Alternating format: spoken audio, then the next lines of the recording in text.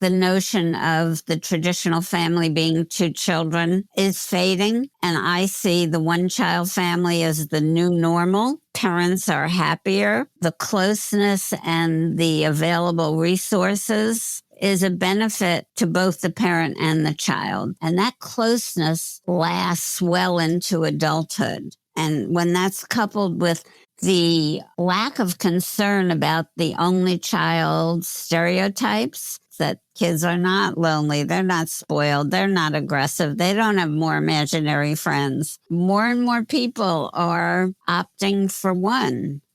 That was social psychologist Susan Newman. In this episode of Overshoot, we'll be discussing Susan's latest book, Just One, The New Science, Secrets, and Joy of Parenting an Only Child. Susan debunks the many myths surrounding this increasingly popular family structure and offers insights into why one-child families are great for parents, the child, and the planet.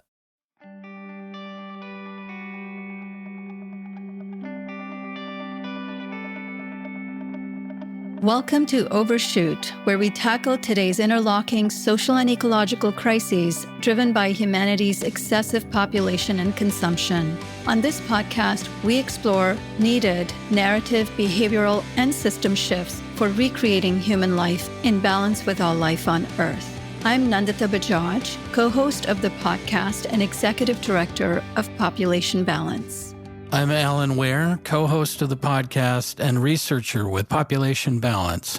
With expert guests covering a range of topics, we examine the forces underlying overshoot, the patriarchal pronatalism that fuels overpopulation, the growth-obsessed economic systems that drive consumerism and social injustice, and the dominant worldview of human supremacy that subjugates animals and nature. Our vision of shrinking toward abundance inspires us to seek pathways of transformation that go beyond technological fixes toward a new humanity that honors our interconnectedness with all of life. And now on to today's guest. Susan Newman is a social psychologist specializing in parenting concerns, family dynamics, and trends. Her work examines building strong family bonds, raising only children, and strengthening relationships with adult children, as well as the difficulties of working and raising a family. She has appeared on Good Morning America, The Today Show, ABC's 2020, CBS Sunday Morning, MSNBC, NPR's Talk of the Nation and Marketplace, NBC Nightly News, CBS, and Fox News, discussing breaking news and parenting issues. She is a regular contributor to Psychology Today with a focus on only children. Her work has been featured in Harvard Magazine, Parents, USA Today, U.S. News and World Report, The New York Times, The Washington Post, The Boston Globe, London Telegraph, Huffington Post, and The Times of India, among many others. And now on to today's interview. Hi, Susan, and welcome to our podcast. It is wonderful having you here. Thank you for joining us. Wonderful to be here. It's one of my favorite topics. It's fantastic. And we're excited to delve more deeply into this topic. As you may have noticed from our podcast, we cover a range of topics that explore the factors underlying our social and ecological crises, of which pronatalism is one of the major ones. And pronatalism, which is the societal pressures to have children or large families, undermines authentic choice-making around the decision to have or not have a child, as well as the number of children one may choose to have. And since harmful pronatalist norms span millennia, a lot of our work involves challenging dominant norms and celebrating and normalizing alternative definitions of family, such as voluntarily single, child-free, or one-child families. And of course, you have done decades of research on one-child families, and we are excited about having you illuminate that aspect of challenging pronatalism today. So, Susan, you've written more than a dozen books in the family relationships and parenting fields. What in your background led you to focus on only children, an area you've spent decades exploring? Yes, it has been decades exploring. My first marriage, I married a man who had full custody of his 4 children. And the children actually got me into the parenting field. They were so much fun. And I was very young and didn't know a lot about parenting. So that kind of tipped me in the parenting direction. But it was my divorce and second marriage when I had a baby and people jumped on me. And it was attack, attack, attack. How can you do that to your child? When are you having another? It was even by one person called child abuse, not to have another child. And that's when I kept saying, what could possibly be wrong with the only child? And that was the nucleus for this decades-long study of only children. And so when somebody says to me, how many children do you have? I say, it depends how you count. I have 1 or 5. I've got the 4 stepkids and the singleton. And my position is that because I had this larger family and then had a 1-child family, that I feel I'm pretty objective about how I do my research, the results I get, and the comments and findings that I have. It isn't a question of I'm totally pro 1-child families. I do lean a little in that direction, but I also feel this is such a personal choice that people need to have unbiased opinions. Totally. And one thing I've heard you say that, our own history often dictates our choices in life. Had you had any exposure to 1-child families in your own upbringing? No, I hadn't. This was a whole new world of you can't do that to your child. Like so many women today, I was older and my husband is older. And we decided, as many of my subjects and my varied studies over the years have, that they didn't want to try their luck. They felt 1 child's good.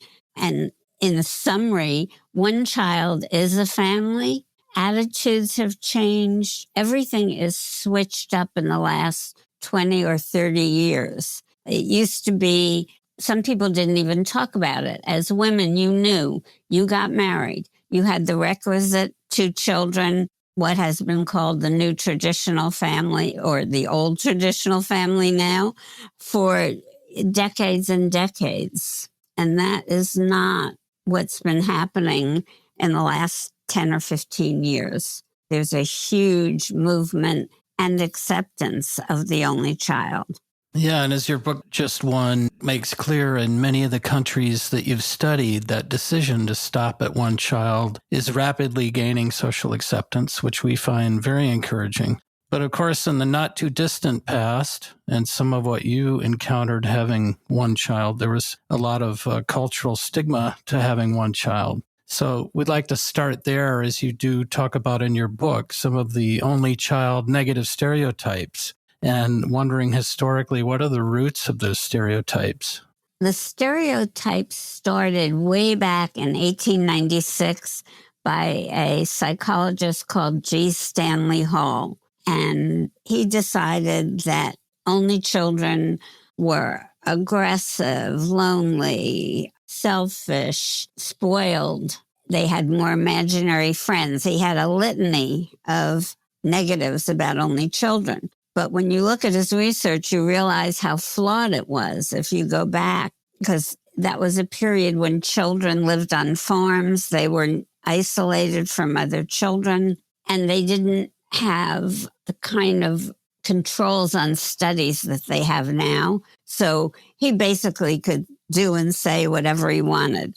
And then some of his disciples jumped on the bandwagon and came up with more negatives, that only children are below average in health and vitality. They have less regular attendance at school, which in a very recent study has been shown to be absolutely the opposite. So that was 1896.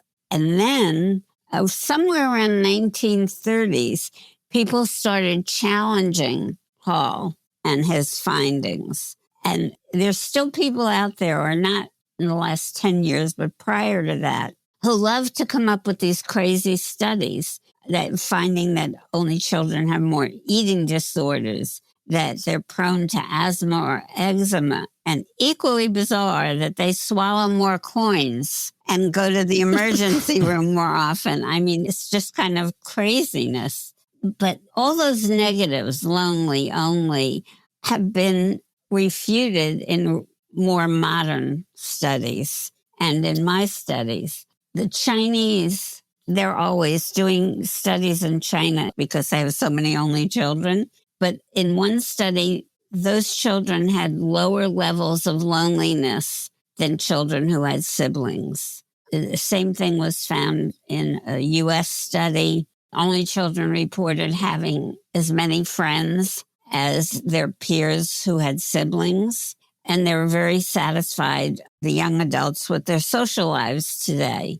So there's little evidence that the absence of siblings has much bearing on only children having social deficits or being lonely. Then when they talk about only children as being selfish and self-centered, one study, German study, found that that is not true. Another study looked at American college students and reflected the same. They didn't have an exaggerated sense of self-importance. To me, one of the most interesting studies came from a Chinese professor who works here in America at a university. She took her toddler to China and enrolled her in a preschool and studied the children in this preschool for a year. And because only children in China and some here in the rest of the world are doted on by parents, and in China, particularly grandparents,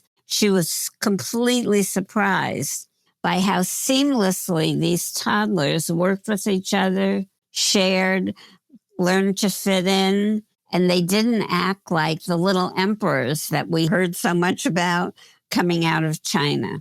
So these long-held stereotypes, which have been completely refuted, they don't necessarily weigh into the equation when people are deciding how many children to have.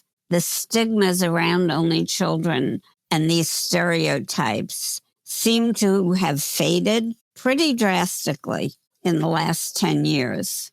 Well, yeah, that's great to hear. And it was an impressive amount of research that you cited in the chapter disputing all the negative stereotypes. I thought one of them was interesting, the US, Canada, Germany study, finding no link between personality and presence of siblings on everything from extroversion, emotional stability, agreeableness, conscientiousness, imagination, leadership, maturity, cooperativeness, autonomy, flexibility, self-control, anxiety, peer popularity. It sounds like there's nothing they can find. One of the reasons for that is because it's parental influence that has the most effect on a child's development. It isn't the number of siblings he or she has or doesn't have. And that's one of the spots I think most people who are interested in this subject get caught up. You know, my child has to have a sibling. My child needs a sibling to develop all the critical social skills. When in fact, in this day and age, unlike going back to Hall and his studies in 1890s, children are socialized so early today. They're in daycare, they're in pre-K, they're in school 6 to 8 hours. They are overloaded on after-school activities that they get more than enough opportunity to interact with other kids, to learn how to argue, to learn how to step back, to learn how to share. And that's also an interesting finding, that many of the people in my study talking about their only child said, my only child will share everything she has or he has. They're very generous, or tend to be very generous. Of course, you can't apply that to every single child. I mean, it's just like you can find a lonely child in a household with a sea of siblings. It's so individual. Yeah, I found it so fascinating along that line that the overemphasis on looking at the negative stereotypes for only children has actually prevented a lot of research from being done around children who have siblings. And you found that, in a lot of cases, it's not a guarantee that having a sibling is going to create some of the conditions that people think are necessary for these qualities of cooperativeness, sharing, etc. You actually find sometimes sibling presence can lead to like chipping away at other children's self-esteem. Parents' favoritism toward one sibling could lead to this sense of anxiety or poor self-esteem. Can you speak to some of the negative impacts that don't often get talked about around having siblings? One of my favorite subjects that I talked to, she was an older female only child, and she said, I am going to have 2 children. I want 2 children so they get along and they talk to each other every day when they're young adults. And she got 2 daughters. That's what she wanted. But they can't stand each other. They cannot be in the same room together. And that is just an example of what can happen. Parents fantasize that their children will get along and they'll be lifelong buddies. And yeah, there'll be some sibling rivalry, but the sibling rivalry is very detrimental can be to self-esteem, to how you view yourself in the world. People overemphasize the fact that a sibling is essential and it will make your children's lives better. That isn't necessarily what happens. When it happens, it's fabulous when kids get along and they grow up together.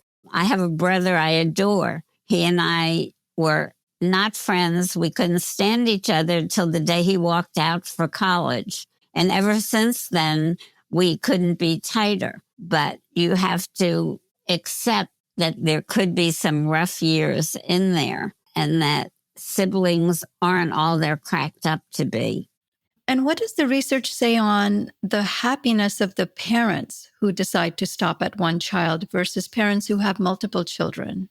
The research has a lot to say on the happiness of parents having one or multiple children, especially the effect on mothers. In Australia, they did a study of 20,000 families.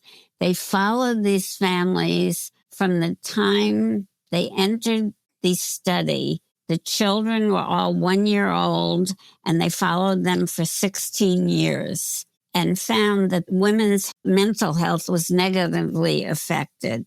But interestingly, men's happiness didn't change at all. It didn't matter how many kids you had. The men were fine. There's a professor, Laurie Santos at Yale, and she's the happiness professor. And she says that natural selection is about getting our genes into babies, but we need to prioritize our individual joy and contentment. And she claims that that's under our control if we apply some effort to do so. So for those who have an only child or contemplating an only child, that means weighing in on your job, career, your home life, your support system, your lifestyle, the kind of things that will make you a happy parent. And often people don't stop, although lately they do, those contemplating one child, to weigh these things. They may think about one of them, but it's a bigger package they need to think about. And on a different note, Hans Peter Kohler, a number of years ago at the University of Pennsylvania, did a study on whether you're happier with one or more. And he concluded you should stop after one child. His study found that child number 2 or 3 doesn't make parents any happier. And for dads, additional children had no effect, 0, on their well-being. So it's just the happiness factor relates very strongly with time pressure. And clearly mothers are pressured more. with each additional child, you have less and less time. And the happiest parents are when their children leave home. I'm just saying. Yeah, I thought it was interesting in the book that you mentioned the Spanish study where the fathers do take parental leave and take care of their infants or toddlers, that those men wanted to stop at one child. Even years later, they wanted to maintain smaller family size, which goes to show the time pressure is typically put on the mother. Right. And the men did not like it one bit. Yeah, right. What you also said about that researcher about natural selection, passing down your genes is just one aspect, but then all of the nurturing that goes into raising that child or children plays such an incredible role in who that child ends up becoming. And it flies against a lot of the really impoverished notions of repopulating our planet coming out of tech billionaires like Elon Musk. He himself has a ton of kids and is pushing people to have a ton of kids because in their very impoverished view, there's still kind of this notion that you pass down characteristics, like intelligence through your genes. And there's no relationship whatsoever with their children. There's just this notion that you need to produce as many as possible. Absolutely. I mean, Elon Musk, I believe he has 14 children and counting with, I forgot how many wives, but he's not alone in this push for more children. But I don't think it's working or working to the extent that the Musks and Trumps of this world would like. People are smarter, but the pressure comes not necessarily from what's going on this minute, but from deeply entrenched thinking. It's like ageism and sexism and other stubborn biases and fictions that we all have. I mean, for us in the U.S., the traditional family was a boy for you, a girl for me, mom, dad, home with a white picket fence. I mean, it's so deeply seated in traditions and norms that it is hard to change, but it is changing. So when the pressure doesn't necessarily come from outside sources as much as it can come from your own inner upbringing or the things you always thought were the way you wanted them to be. But now people are realizing it doesn't have to be 2 children and the house with the white picket fence. Even grandparents are realizing this and easing up on the pressure for their childbearing age children. They know it's tough out there. One of the things I find fascinating is if you go to a certain community where the norm is, say, 3 children, and you ask people within that community, how many children do you want to have? They'll more often than not say 3 children, because so much of our desires are shaped by our surroundings and our need to belong. And conversely, as we are seeing, especially with research like yours, the more one-child families or zero-child families become normalized, more number of people are likely to follow that path because it's easier for them to make that decision in order to, belong within that community. The changes in the social culture right now, I don't know if it's making the decision to have one child easier or the practical aspects of having more children can be difficult in so many families, that the decision seems to me, from what I've seen, easier for a lot of people because the pressure has lightened up. I think people are really, as Laurie Santos at Yale suggested, really looking into what can we do? How well can we do it? Can we handle a second child? They're taking their personal lifestyle and thinking about it and how they want to live. Do they want to feel financially strapped all the time? And then there's also the infertility problem that comes up. So I just think in spite of what people say they want to do, and even today, most people or a large number will say, I want 2 children, because that's been ingrained for so long. But that's not actually what they end up doing. Right. And we're seeing, as you've mentioned, the fast growth of the one-child family around the world in the past few decades, that the proportion of mothers who had one child at the end of their childbearing years has more than doubled since the 1970s. And now one-child families are the most common family size in nations ranging from South Korea, China, Japan to England, India, and Italy. That's an enormous social change that's occurred in just a few decades. And could you share some of the statistics on that? And what do you think are some of the major factors explaining that shift? Well, some of these countries already been labeled one-child nations. The UK and Canada, for example, 45% of families are one-child families. And even here in the States, in Seattle, that number of one-child families goes up to 47%. So in big cities like Seattle, probably attributed to the high cost of living, but not solely. I attribute the global scope of this to the fact that having one child is probably a really good solution for many more people for the way we live now, given all the factors like climate change, the expense, infertility, starting family later, and on and on. So those are the big factors. Most of the births are to women now of 35 and up, staying in school longer, getting more education, wanting to be financially able to raise a child, factor in. And also, we should include in this the market, visible growth in single parents, women who say, I'm not waiting for Mr. Right, I'm going ahead, I'm having a baby on my own, and people who just choose to be single, who are not having children. That's a whole other area. Yeah, and all of those seem like very positive developments to us, that women are waiting longer because they have more options and choices in life between contraception, more education, more job opportunities. A lot of them are choosing that.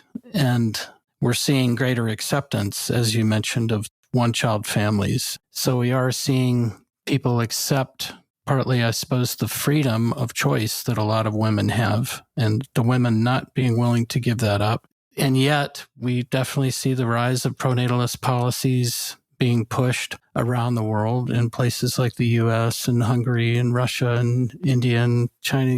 The list could go on and on.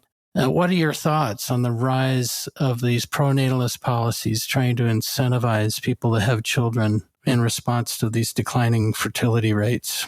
Basically, I don't think they really work. I don't think that they're going to make a big difference, because look at China, which had a one-child policy for decades, from 1979 to 2015. In 2015, they said, you can have 2 children if you like.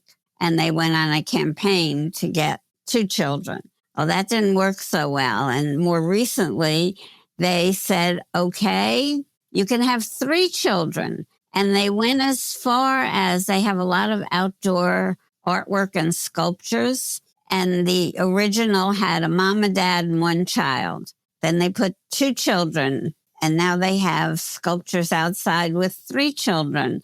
And I don't think it's making a big difference. Italy did something similar. They tried a scare campaign, implying that if you waited, because women were postponing becoming pregnant, you ran the danger of having only 1 child, turning the 1 child negative.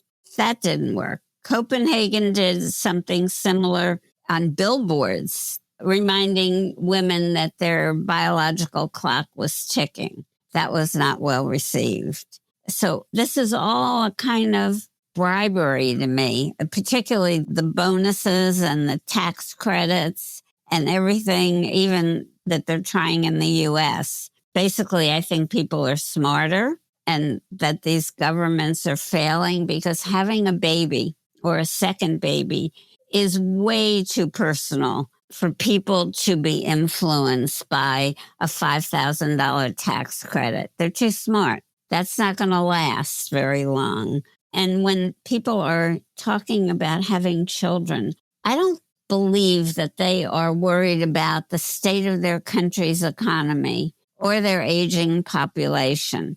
They are making concrete, individual, personal choices. Particularly in these countries that are being called one-child nations. People know what it costs to raise a child, and a tax credit or a bonus or some other relatively temporary incentive is not going to fool them. Yeah, exactly. And as you mentioned, even countries, that are trying to do things that are actually good for people, like putting in policies that support childcare or subsidized education and healthcare or paid parental leave. I mean, those are policies that should just be the norm, but there should be policies in place that support all sorts of families. But even they are doing it really as a means to try and increase population, to try and promote greater childbirth.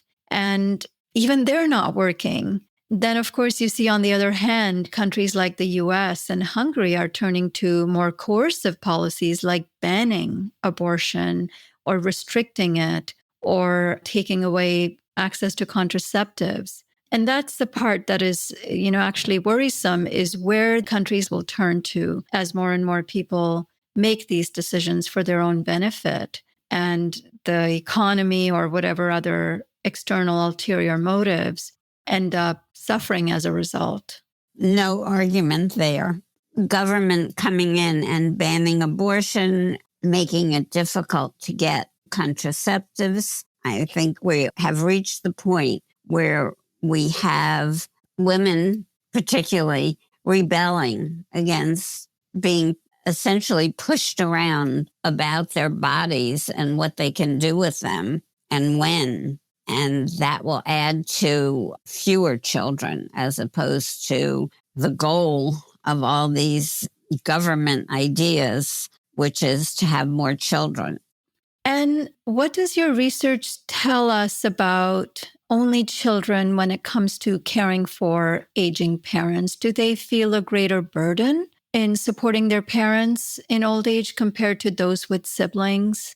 Only children are well aware pretty early on when they get into young adulthood that they are going to be responsible for their parents. And it's not easy to care for an aging or ill parent, no matter how many children are in your family. But the attitude among only children is that overall, my parents took really good care of me. I'm going to take care of them. And at that point in life, for both the parents and the only child, you have already forged a whole other family. You may have a spouse, a partner, sibling substitutes, and your really good friends, cousins, and other relatives who will pitch in and help. And only children are quite aware of that. This is a question that comes up for parents way back when they're starting their families.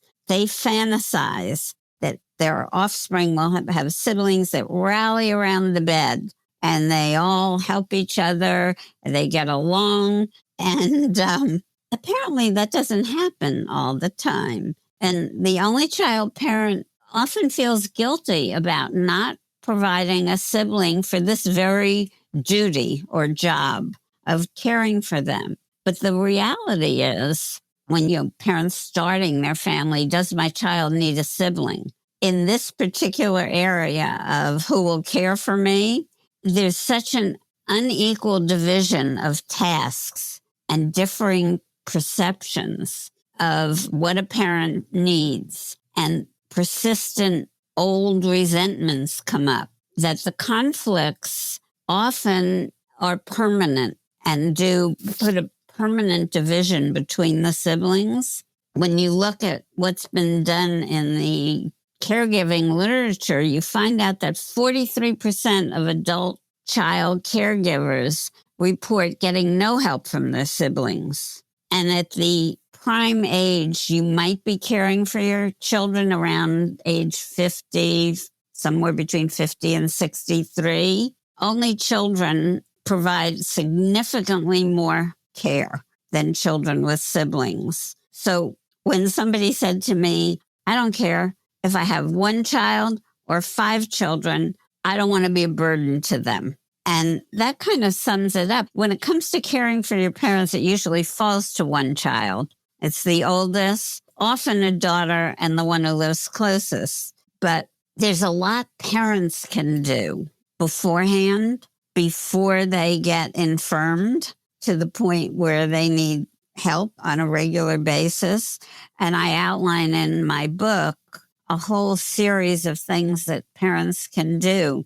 As one person was telling me, I walked in the funeral home and the director of the funeral home said to me, oh, you don't have to do anything. Your father took care of it all. And the father had gone in and picked out what kind of coffin he wanted. He arranged for the cemetery. He paid for everything. So parents of only children have a way, if they're worried, there's no sibling to help, which, as we just discussed, they often don't do. You can handle all these details yourself and be sure your only child isn't left guessing what you might like, who you might like to invite to a memorial service or whatever the issue is. Spell it out, and that will make it so much easier for your only child. Yeah, those are such excellent points. Whether you have one child, several children, or no children, I think the advice that you offered in that chapter is just good for all of us to think about. You know, how do we take responsibility for our own retirement planning, old age planning in a way that doesn't put this kind of expectation on others, especially children, that it is a duty that they must fulfill. But rather, as you're saying, a lot of children will do it out of love and care for their parents, but not all of them show up during that time. And I think we've talked to other people as well. It's just not a great reason to bring children into this world as your old age insurance policy. Children provide a lot of other meaningful experiences. And I think it can make for a much more, meaningful relationship with children when this kind of transactional expectation isn't there. Oh, agreed. Having another child just so they will be at your bedside is a very poor reason for bringing another child into the world, because only children are so grateful for the advantages they've had and the care they've had, the focused attention, the resources that don't get diluted between siblings, and the support just basically throughout their lives that they want to do it. And as we talk a lot about on this podcast, overshoot, we anticipate and we're seeing growing social ecological crises accelerate, and we anticipate they will in the coming decades. How do those concerns about the future, the anxieties of climate change, economic instability, and general uncertainty about the future figure into the people that you've interviewed, their decision to stop at one child?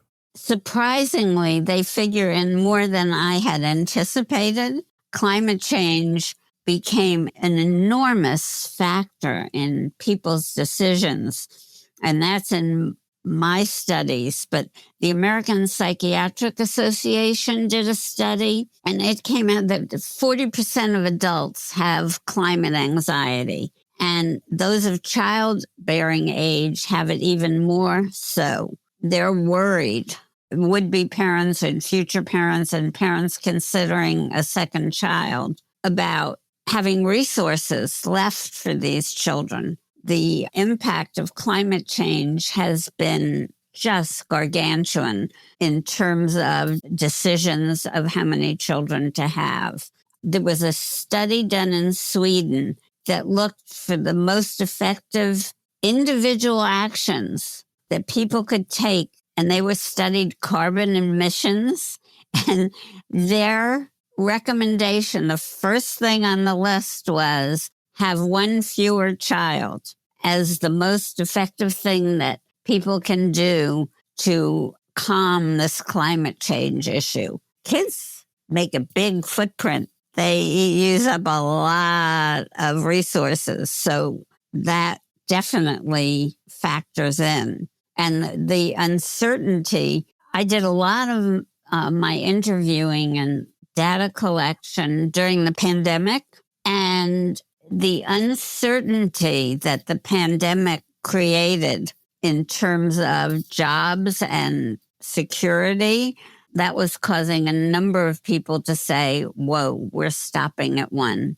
because they were worried that you didn't know how secure your job would be. Nobody knew exactly what the fallout from the pandemic was going to be in terms of job security. So that was another factor that is influencing. And I think that still holds. People are worried about job security in how many children they are going to have. Yeah, that makes sense that all of that the uncertainty won't be going away anytime soon. It appears between climate and economics and political instability and all of those elements. And having one child, you do get the experience of having a child. So in that way, it's different than child-free. Yeah, what I'm trying to achieve is the people who are on the fence, for them to understand that having one child is a family. And I think the notion of the traditional family being two children is fading. And I see the one-child family as the new normal.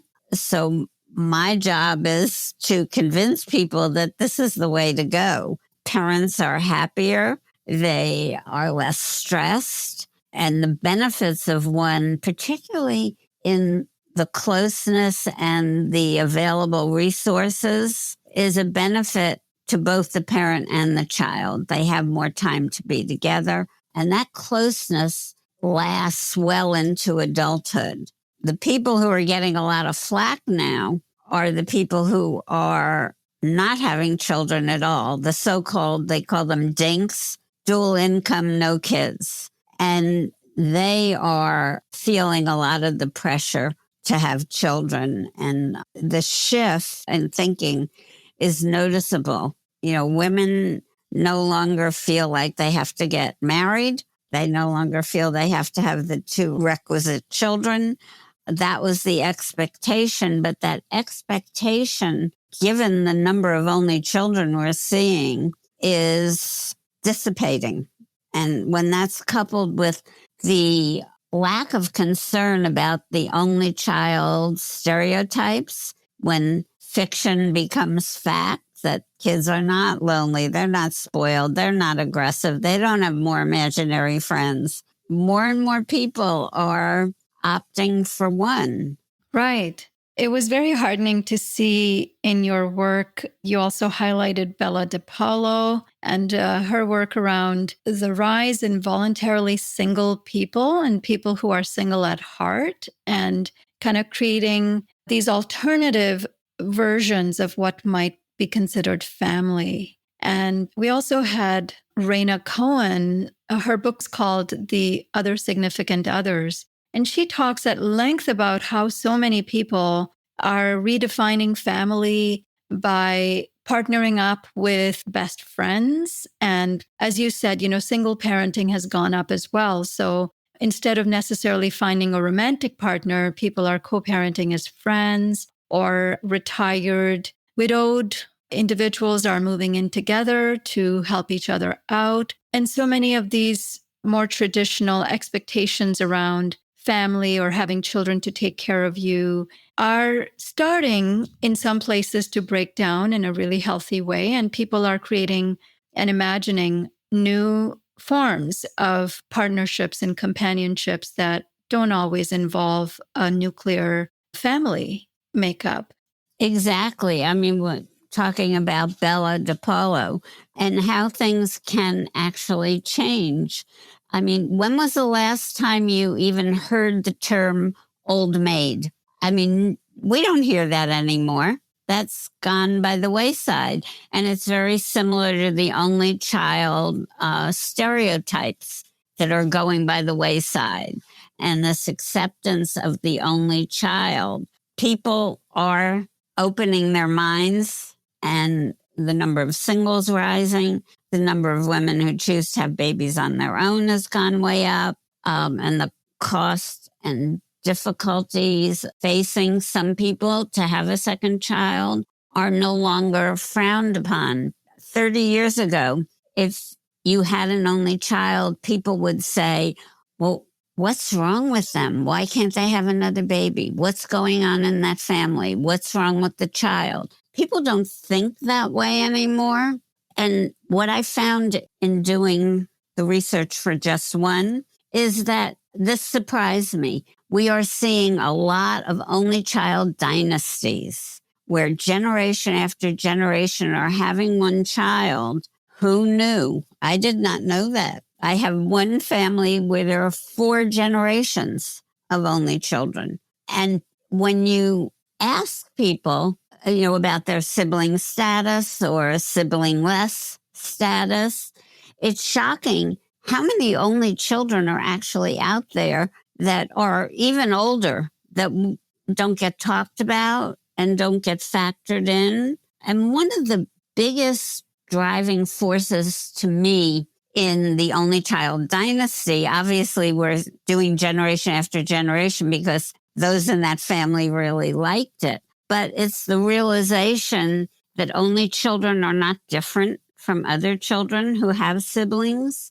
They're more alike than they're different. And I think that's a huge message to get out there, that only children do really well. They are content. Of course, not all, but you're going to find that in any family you go in, no matter how many children there are, somebody's going to be unhappy with something. Yeah, what I appreciate about this comment and, how your research highlights that the parents of only children are happier, but that only children do just as well as children with siblings, is that it makes it a very positive decision for parents to make. It's not a decision they're making out of necessarily prohibitive factors. Of course, those do factor in, like cost of living or career motivations, etc. But I find a lot of times when journalists or demographers are trying to explain away why people are having fewer children or no children, they often frame it as something negative. Well, if only they had more money, if the climate was better, or if the demands on parents weren't so high, then they would have more children, kind of perpetuating the stereotype that people naturally want more children. But your research highlights the fact that it's actually a happy and conscious decision for a lot of people because it's just what they desire. What underscores the point you're making is that people are often shocked when they find out that someone's an only child because they still have that stereotype in their head, because you're a wonderful, loving, caring person, because you had these 2 parents who took such good care of you. They're surprised. But the surprise element, even that is going away because the numbers are so large. And people are finding having one child is the best solution for them, for the way they want to live their lives, that they can be a wonderful parent and they can retain their identity as a person, that they can go to baseball practices and sit in the stands and watch performances and all the things that parents do that are fun for most of us, and still not feel pressured and rushed and strapped and running. Parents who have a number of kids often don't have time to even think about whether they're happy or not. They're on a treadmill. It's a speed race. These are all considerations and thoughts that go through the minds of people who want a calmer life, who want to be engaged with their child and want to be a family and enjoy everything they can enjoy without being second guessed and have negatives. The negatives of being an only child have been categorically erased. There are none developmentally, socially, interfamily relationships. Having a sibling is great when it's great, but being an only child is also great and almost always great because you have your parents focusing attention on you, giving you extra time. It's why we're seeing more of these only child dynasties and why people are making the choice as a positive rather than a default position. It is not a default position. I mean, I chose it. I could have tried to have another. We wanted one. That was it. We were done. And in this book, just one, and in your previous books, you also lay out step-by-step guides for parents who are raising or planning to raise only one child. Some elements including like how to manage the pronatalist pressure to have another from friends and families and others, how to maintain a balance of power within a 3-member household, how to help foster high achievement, creativity, independence of only children. Could you elaborate on some of those and any other strategies that you offer to parents of only children? In terms of the pronatalist pressure to have another, while it's way, way less than it ever was, there are still people who are very comfortable being invasive in your personal life. You have options. You could be really testy if you come up against one of those and say, I don't ask you about your womb. Why are you asking me about mine? That's one way to get them off your back. Or you can take the easy way out and say, we're thinking about it. Those are two extreme options. Or change the subject. I'm very good at that. Let's change the subject now. So moving to in the 3-person family, there is always the chance that your only child starts running the show. That child is given way too much power in decisions that should be adult decisions, like what kind of car do we buy? Or where are we going on vacation? Or even what restaurant we're going to. I mean, a lot of parents say, give the child options. We forget that this one little person is not an adult, it's a child, and take him to restaurants that are way too fancy where he has to sit still way too long, or concerts that he has absolutely no interest in. Those are all places that parents with only children can be alert and think about not letting their child essentially push them around and tell them what they're doing. In terms of achievement, only children have been found to be highly motivated. They want to please their parents, but they also know that there's only one report card coming home, and it's theirs. They're very well aware of that. You want to be careful as a parent of one child. There's no diffusion of the intensity of pushing and wanting your child to succeed, and that can backfire. So there are ways to pull back.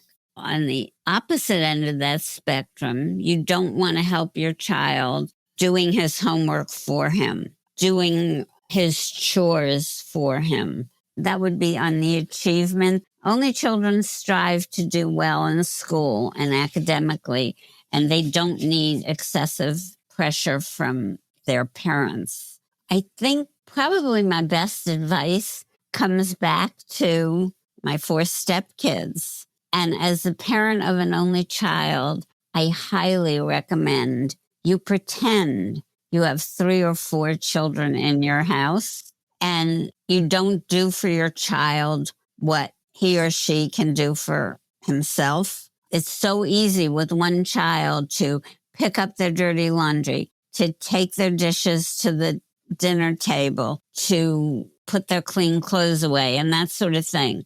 It's easy to do everything for one child, and that is a really big pitfall. I'm guilty. I stopped, though.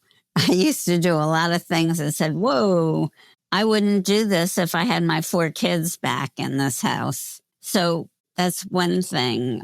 You want to lay out boundaries because only children tend to be pretty easy to manage. So you want to have rules. Lay out boundaries, have some consequences, and treat him as if there were other kids in the house. You wouldn't let everybody run crazy. And chores is another similar but different area you want to pay attention to because, like, taking dishes to the sink and putting his laundry away, age dependent. Harvard has this 85-year study where they've been tracking the participants, and they have found that the most successful people in this study were people who did chores at young ages. So as ridiculous as it may feel when you're in your house, give your child chores because what they do is they help kids gain confidence, build resilience, and as they become older, they learn how to do things. Like you might teach your child how to fix the latch on a gate. So when he's 35 or 40 and has his own house, he knows how to do it. He knows how to do laundry. I mean, my son went away to camp one year where they had to do their own laundry it was a week camp. And he was with a friend of his who had 2 siblings. And my son had to teach this poor kid how to do laundry because the kid with all the siblings didn't have a clue how to do laundry. I think he was about 12 or 13. That was one of his chores. He had to do some of the laundry, not all of it. So while they seem seemingly insignificant, they do help you as a parent, and they're the building blocks of independence. So those are some of the ways that parents can guard against some of the common areas that are pitfalls with an only child, but they're easy to correct. One aspect of only children negative stereotype that you also help debunk is around boredom, that they get bored and it's not a good thing to leave them alone for too long. But one thing I appreciated so much in your work is how you encourage that there be some presence of boredom. And that's not just an important element for children, but for all of us, right? That's correct. Boredom and alone time, Mom, I'm bored, is one of the areas that only children parents are very concerned about because they don't quite get the idea that having a bored child and alone time is super beneficial. As you mentioned, it's beneficial for adults, but it's particularly beneficial also for children in terms of feeding their creativity. They will figure out a way to fill that time, particularly with young children. If you leave them the right props, you a bag of blocks, a bunch of books, age dependent, they will learn to fill that time. And when we think about it, we're all alone at some point in our lives and have to learn how to fill that time. But this alone time also, that downtime feeds creativity. They come up with ideas.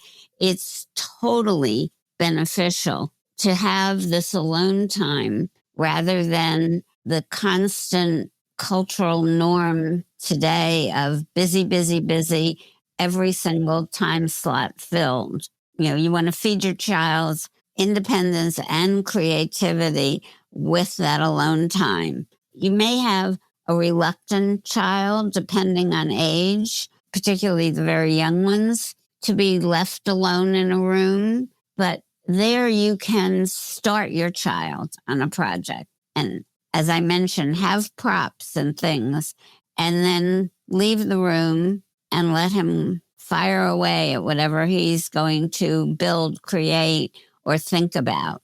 Yeah, definitely. And I think more and more adults need to cultivate that comfort with being alone with ourselves and being alone with our thoughts and not constantly looking for things to distract us, especially today in the age of so many distractions. Yeah, I'd like to wrap up this really wonderful and helpful conversation with you, Susan, by thanking you, first of all, for your decades-long dedication to this topic and for helping to debunk so many harmful stereotypes around one-child families, for helping to normalize one-child families and bringing in so many helpful strategies for people who are considering, for a number of reasons, stopping at one. And I'd also like to add the latest UN population projections show that just a 0.5 reduction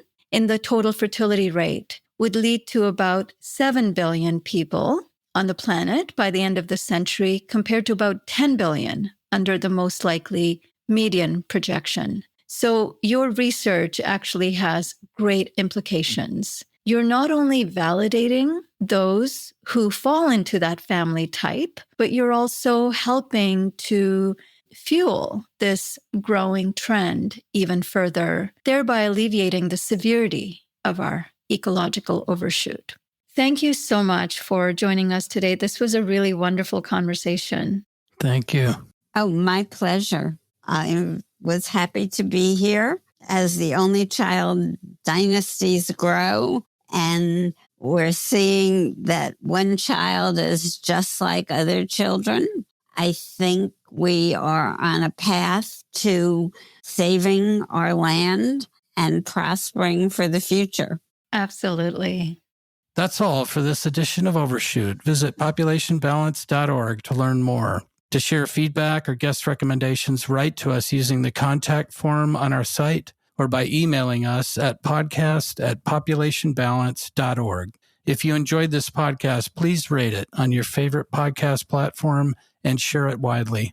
We couldn't do this work without the support of listeners like you, and hope that you'll consider a one-time or a recurring donation. Until next time, I'm Nandita Bajaj, thanking you for your interest in our work and for helping to advance our vision of shrinking toward abundance.